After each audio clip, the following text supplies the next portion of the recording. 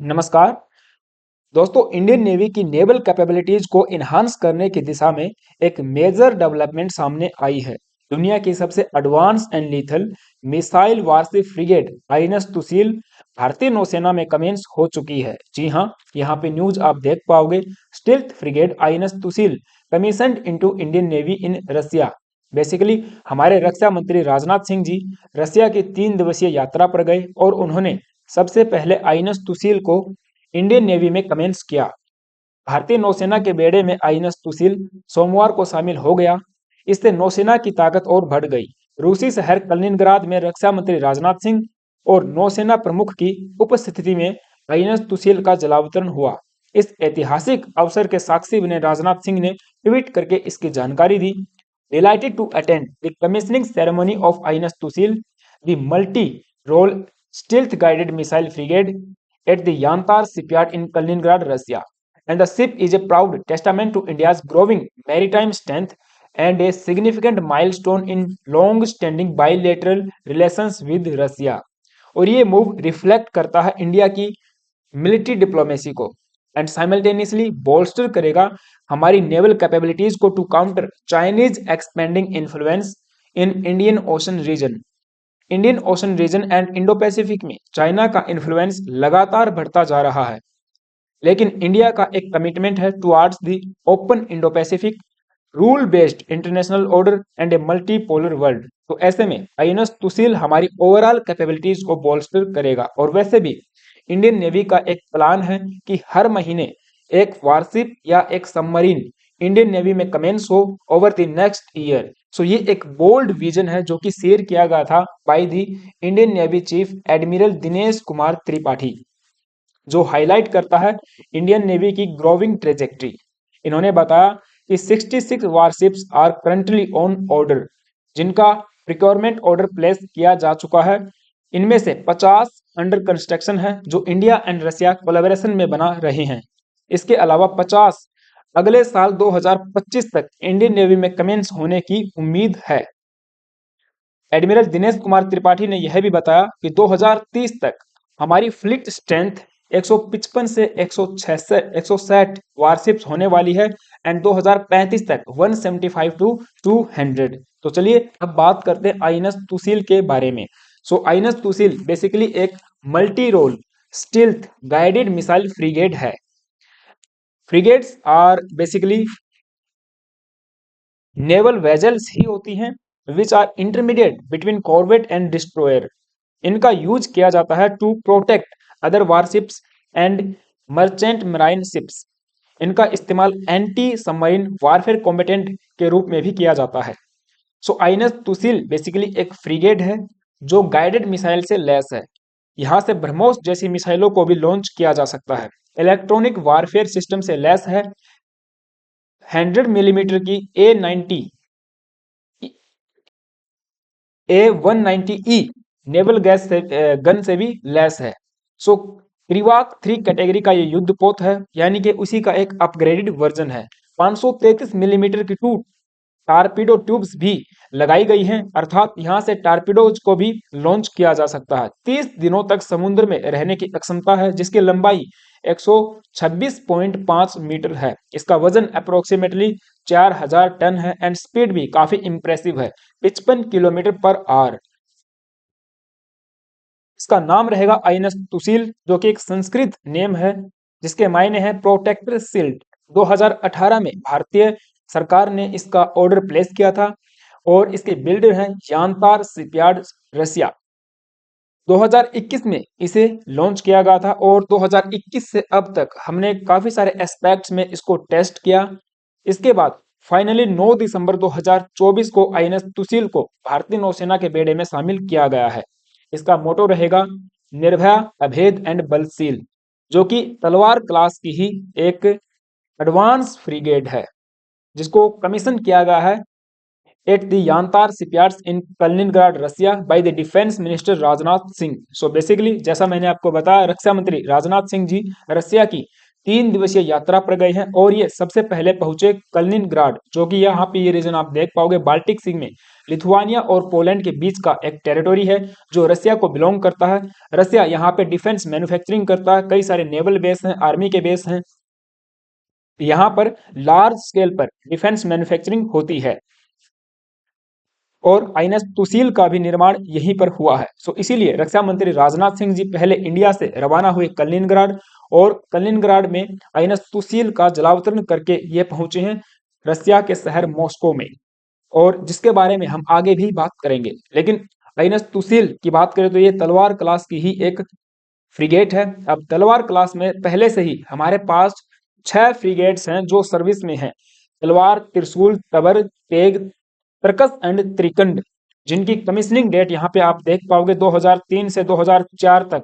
पहले बैच में 3 फ्रिगेट हमको मिली, फिर दूसरे बैच में 3 फ्रिगेट और मिली जो कि 2012 से 13 तक कमीशन की गई थी, और इसके बाद तीसरे बैच की जो फ्रिगेट है वो आप देख पाओगे आईएनएस तुसील है जो 9 दिसंबर 2024 को कमीशन हो चुकी है। अब बेसिकली आईएनएस तुसील की बात करें तो ये देखा जाए तो तलवार क्लास की ही एक 7वीं वारशिप है,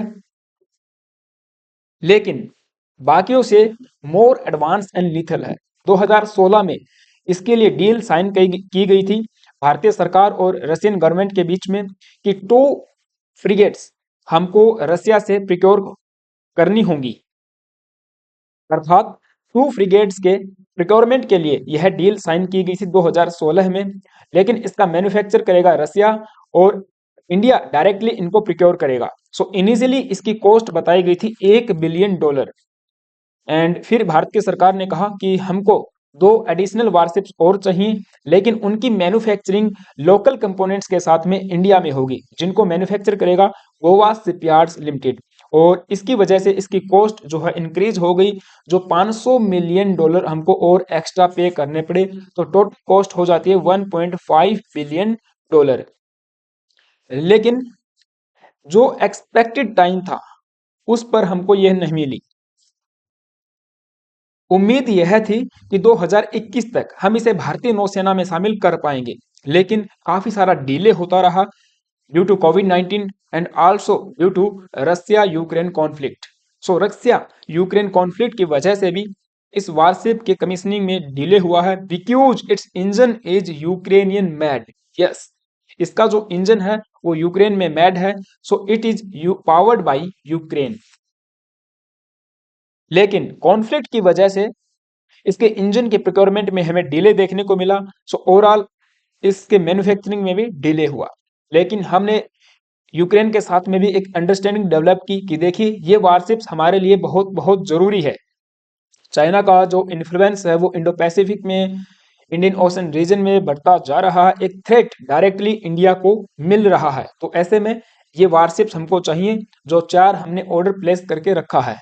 लेकिन इनका जो इंजन है वो आएगा यूक्रेन से। सो यूक्रेन के साथ में भी बातचीत करके इस मैटर को हमने रिजॉल्व किया, और तब जाकर फाइनली हम देख पा रहे हैं कि 8 से 9 साल के लंबे इंतजार के बाद आईएनएस तुसील को भारतीय नौसेना के बेड़े में शामिल कर लिया गया है।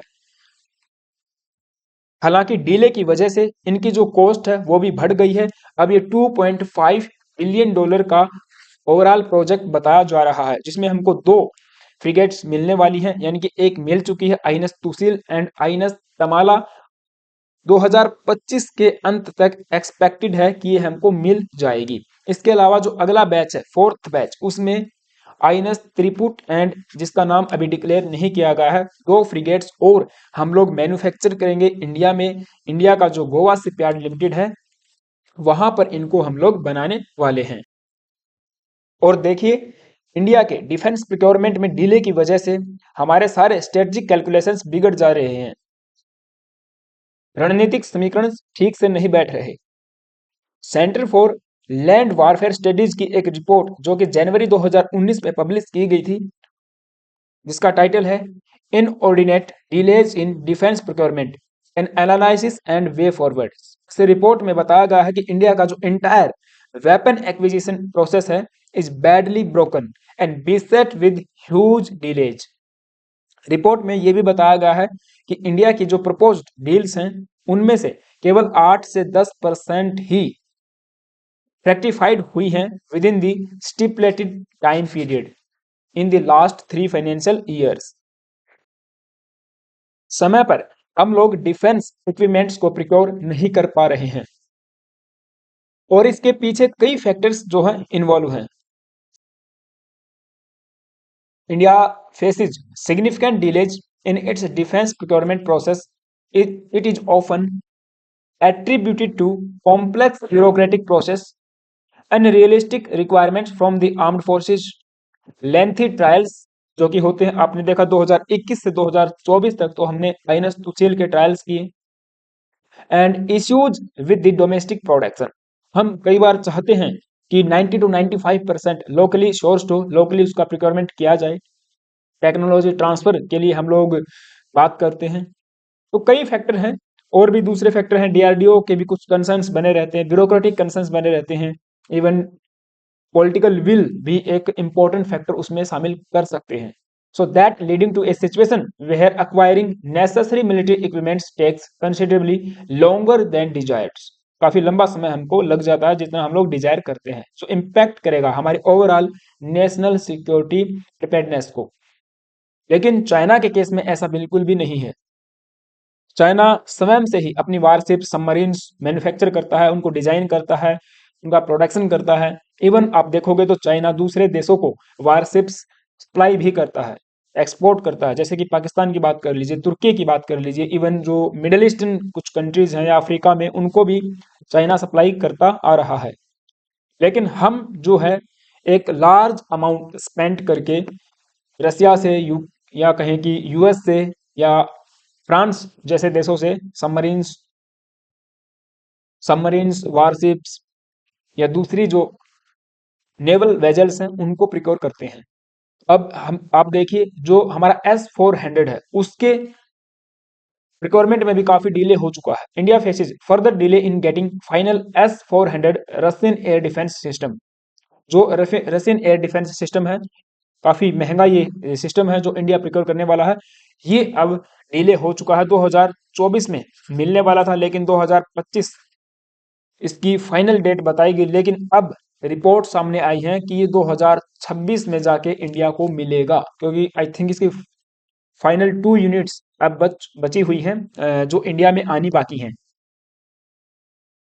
सो इसी रक्षा मंत्री Rajnath Singh ji Russian president Vladimir Putin से भी मिले। Russia's Vladimir Putin meet defence minister Rajnath Singh at Kremlin. So जैसे मैंने आपको बताया, कलिनग्राड से ये डायरेक्टली पहुंचे हैं मॉस्को और मॉस्को में इन्होंने मुलाकात की है व्लादिमीर पुतिन से। आप देख पाओगे भव्य स्वागत जो है रक्षा मंत्री जी का किया गया है और एक बायलैटरल मीटिंग को हम होता हुआ देख पा रहे हैं।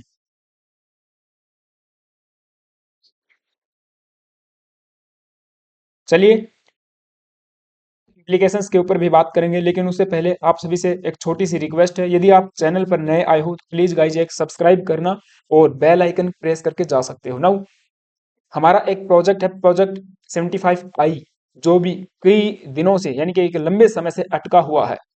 शुरुआत में हमने देखा था कि इस प्रोजेक्ट को पाने के लिए 5 फॉरेन पार्टनर्स हमारे साथ में है, Russia, South Korea, France, Spain and Germany. लेकिन रिसेंट हमने इस सेशन के माध्यम से आपको बताया था कि रसिया, साउथ कोरिया एंड फ्रांस इस प्रोजेक्ट से बाहर हो चुके हैं, जो कि एक मेगा 43,000 करोड़ रुपीज का प्रोजेक्ट है। लेकिन अब जर्मन एंड स्पेन, जर्मन की थाइसन ग्रुप एंड स्पेन की नवेंसिया, केवल दो ही एक ओईएम बचे हुए हैं, ओरिजिनल इक्विपमेंट मैन्युफैक्चरिंग। तो ओईएम इनको कहते हैं, ये बचे हुए हैं जो इस डील को ले सकते हैं या इस डील में शामिल हो सकते हैं। लेकिन अभी तक कोई भी पॉजिटिव डेवलपमेंट इसके ऊपर नहीं आई है। रिसेंट हमने देखा कि जर्मन एंड स्पेन के लीडर्स इंडिया में आए, डिफेंस मिनिस्टर इंडिया में आए, उनके जो प्रीमियर इंडिया में आए, लेकिन कोई कंस्ट्रक्टिव डेवलपमेंट सामने नहीं आई रिगार्डिंग दिस पर्टिकुलर प्रोजेक्ट। और हमारा जो आईएनएस ब्रह्मपुत्रा है वो सीवियरली डैमेज्ड है इन फायर। तो ये एक फ्रीगेट है जो आपको बता दूं इंडिया के पास जो टोटल फ्रीगेट्स हैं उन्हीं में से एक शामिल है। ये हमारा डैमेज है, एक बहुत बड़ा लॉस रिसेंट इंडियन नेवी ने झेला है और इसके ठीक होने की उम्मीद अभी नहीं है। आने वाले 2 से 3 साल लग जाएंगे जब तक इसको फिर से पानी के ऊपर जलावतरण किया जाएगा या कहें कि इंडियन नेवी में सर्विस दे पाएगा। बाकी आप यहाँ देख पाओगे कि इंडियन नेवी के पास कौन कौन से फ्रिगेट्स हैं, कितने फ्रिगेट्स हैं, टोटल 12 प्लस 1 हम कह सकते हैं कि 13 फ्रिगेट हमारे पास हो चुके हैं। शिवालिक क्लास है, तलवार class, Brahmaputra class, Godavari class. Shivalik class में केवल 3 ही हमारे पास फ्रिगेट्स हैं, आईएनएस शिवालिक, सतपुड़ा एंड सिहाद्री। इसके अलावा तलवार क्लास की हम बात कर ही चुके हैं। और ब्रह्मपुत्रा क्लास में भी फर्दर 3 रहेंगी, ब्रह्मपुत्रा, बेतवा एंड ब्यास। ये कुछ फ्रिगेट्स इंडियन नेवी ऑपरेट करती है। इसके विपरीत चाइना की बात करें तो चाइना के पास में 49 frigates for the time being बताई जा रही हैं जो ऑपरेशनल हैं। 37 कॉर्वेट्स हैं, 87 missile armed coast coastal patrol ships हैं। इसके अलावा 32 डिस्ट्रॉयर्स हैं। इंडियन नेवी के कंपैरिजन में चाइनीज नेवी का जो नेवल फ्लीट है वो काफी काफी बड़ा है। तो ऐसे में चाइना को काउंटर करना हमारे लिए बहुत ज़्यादा जरूरी एंड नेसेसरी हो जाता है। और इसीलिए भारत की सरकार, भारत के इंडियन नेवी के एस्पिरेशंस हैं कि हम हर महीने हर एक नई शिप या एक सबमरीन या एक डिस्ट्रॉयर को हम लोग शामिल करें। इवन डिस्ट्रॉयर तो शामिल नहीं करेंगे क्योंकि उसमें लागत बहुत ज़्यादा आती है और काफ़ी सारी चीज़ें वहाँ पे फैक्टर्स के रूप में इन्वॉल्व होती हैं। राइट, तो ये सेशन था। आई होप कि आपको सारी बातें समझ में आई होंगी। आपका क्या ओपिनियन है मुझे कमेंट बॉक्स में ज़रूर बताना। एंड हाँ, चैनल पर यदि आप नए आए हो तब एक सब्सक्राइब करके जाना है। वीडियो कैसी लगी मुझे कमेंट बॉक्स में बताना और अच्छी लगी तो एक लाइक करके भी बता सकते हो। Thank you, have a nice day.